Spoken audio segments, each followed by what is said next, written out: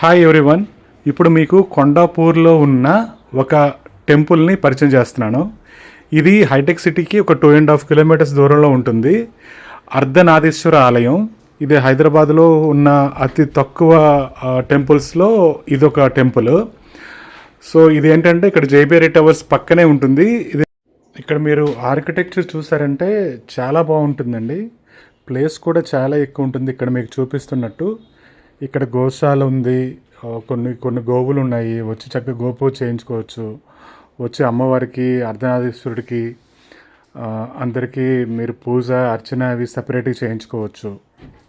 ఒకసారి మీకు వీలుంటే కనుక కంపల్సరీగా వెళ్ళండి, చాలా బాగుంటుంది.